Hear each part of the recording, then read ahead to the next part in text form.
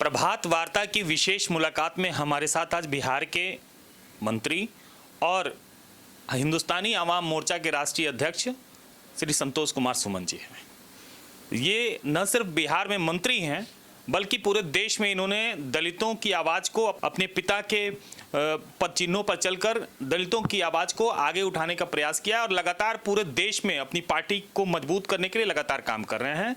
पश्चिम बंगाल दौरे पर हैं, जानते हैं कि सर क्या कुछ लेकर के बंगाल आप आए हुए। जी, हम सर्वप्रथम आपको शुभकामना, बहुत धन्यवाद। हिंदुस्तानी आवाम मोर्चा सेकुलर एक ऐसी पार्टी है जो गरीबों के हित के लिए काम करती है और हमारा एजेंडा ही है कि सभी लोगों को मिला करके जो गरीब हैं सबका इरादा नेक हो।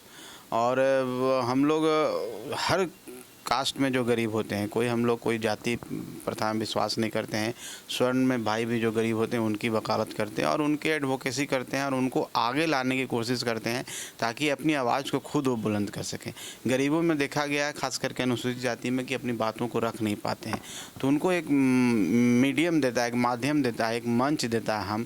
हम इसी का नाम है और इसी के सिलसिले में हम लोग यहाँ पर भी आए हुए हैं, पहले भी आते रहे हैं। यहाँ हमारा प्रदेश स्तर पर संगठन है, यहाँ पर हमारे प्रदेश के लोग हैं, लेकिन हम अभी तक जिला स्तर पर नहीं जा सके हैं, वार्ड स्तर पर नहीं जाए। हम कोशिश कर रहे हैं कि हम अपना संगठन को विस्तार दे सकें।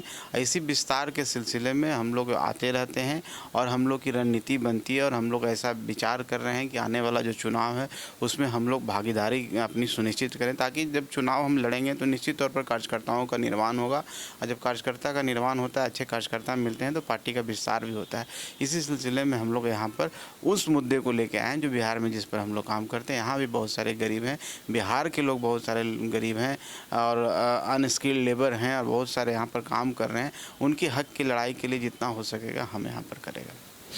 जिस तरह से अपने कार्यकाल में मुख्यमंत्री रहे जीतन राम मांझी जी ने जो काम किया था, स्वाभाविक है कि इस समय भी लगातार आप सरकार में बिहार में मंत्री रहे हैं और लगातार किसी न किसी योजना को लेकर काम कर रहे हैं। आपकी साफ सुथरी छवि अभी भी बनी हुई है, लोगों के बीच में है, ये सबको पता है। किस किस तरह के कार्यों को लेकर के बिहार में अभी आपने मुख्य रूप से काम किया है, थोड़ा इसकी जानकारी हमसे साझा करें। देखिए, जहाँ तक सरकार की बात है और हम लोग सरकार के एक अंग हैं और हमारा जो विभाग है, मैं आपके माध्यम से माननीय नीतीश कुमार जी को, हमारे जो मुख्यमंत्री हैं, उनको मैं धन्यवाद देना चाहता हूं और अपने राष्ट्रीय पूर्व के जो संस्थापक हैं आदरणीय श्री जीतन राम मांझी जी, कि उन्होंने मुझे एक दायित्व दिया और जब सरकार में हम लोग आए तो मंत्री बनने का मुझे जो सौभाग्य प्राप्त हुआ और एक विभाग मिला जिसका अनुसूचित जाति जनजाति एक ऐसा विभाग है जो उन लोगों के लिए काम करता है जो हम लोग जिस बेसिस पर पार्टी के गठन किए हैं, उनका सर्वांगीण विकास कैसा हो, ओवरऑल डेवलपमेंट हम कैसे कर पाते हैं, चाहे शैक्षणिक स्तर पर हो, आर्थिक स्तर पर हो, सामाजिक स्तर पर हो, उसको ओवरऑल डेवलपमेंट के लिए हम लोग काम करते हैं और विभाग काम करता है। उसमें से बहुत सारी योजनाएँ हैं, खास करके हम लोग बिहार में उन बच्चों को पढ़ाने के लिए जिनके माता पिता बहुत गरीब हैं। हमारे यहाँ 87 ऐसे रेसिडेंशियल विद्यालय हैं जहाँ बच्चे प्रथम क्लास से लेकर +2 की पढ़ाई करते हैं और फिर उसके बाद हम लोग ने हॉस्टल का निर्माण कराया है जो 111 की संख्या में है, जहाँ पर 10+2 करने के बाद हमारे बच्चे वहाँ बैठ कर रह करके तैयारी करते हैं, उनको हम सारी सुविधाएं देते हैं। उसके बाद जब हमारे लोग प्रतियोगिता परीक्षा में जाते हैं, खास करके स्टेट लेवल का जो BPSC होता है उसको क्लियर करें, चाहे बिहार के अंदर में, हम उनको प्रोत्साहन के तौर पर 50,000 रुपये PT क्लियर करने पर देते हैं। UPSC करने के बाद उनको हम 1 लाख रुपये प्रोत्साहन के तौर पर देते हैं। कैट मैट की जो तैयारी करते हैं, बिहार में चंद्रगुप्त मौर्य संस्थान है, वहाँ पर हम उनको तैयारी करवाते हैं। सिविल सेवा की तैयारी करने के लिए भी हमारे पास यूनिवर्सिटीज़ में सेंटर खुला हुआ। तो कहने का मतलब है कि शिक्षा के विकास में और स्कॉलरशिप भी स्कीम हमारे के यहाँ चलता है, तो उनको जो भी शैक्षणिक स्तर पर जितना भी उनका विकास हो सके उसके लिए सरकार काम हर क्षेत्र में कर रही है, हर स्तर पर कर रही है। और वो खास करके उन दलित टोलों में, महादलित टोला जहाँ पर लोग निवास करते हैं, जहाँ पर क्लस्टर में लोग रहते हैं, वहाँ पर उनके बौद्धिक विकास के लिए, सांस्कृतिक विरासत को बचाने के लिए, उस एक्टिविटी को कायम करने के लिए हम लोग वहाँ पर एक सामुदायिक भवन बनाते हैं जो बड़ा सा होता है और वहाँ बना करके उन लोगों को इंफ्रास्ट्रक्चर उनको देते हैं, टेबल कुर्सी और जो भी बातें बातें होती हैं। वहाँ एक विकास मित्र होता है हमारा, जो पंचायत स्तर पर होता है। वो विकास मित्र का मतलब होता है कि जो उन लोगों के बीच में और ब्लॉक लोकल ब्लॉक के स्तर में कड़ी का काम करता है, उनके विकास की योजनाओं के बारे में जानकारी देना, कोई भी काम में अगर कोई परेशानी हो रही है तो लोगों को फीडबैक देना।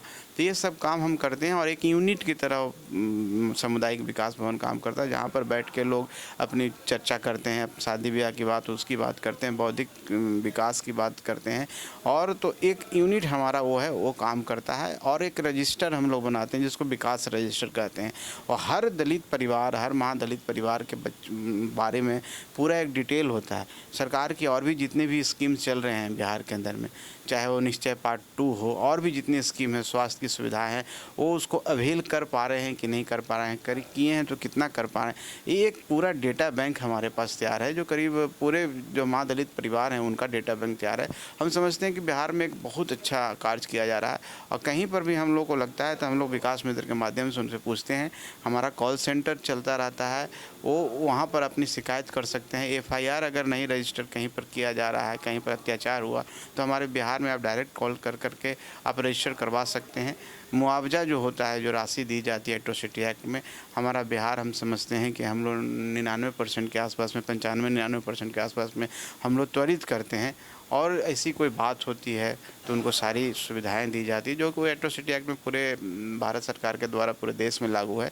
बिहार लेकिन उसमें अग्रणी है, अच्छा काम कर रहा है। ये हमारी सरकार की योजनाएं हैं।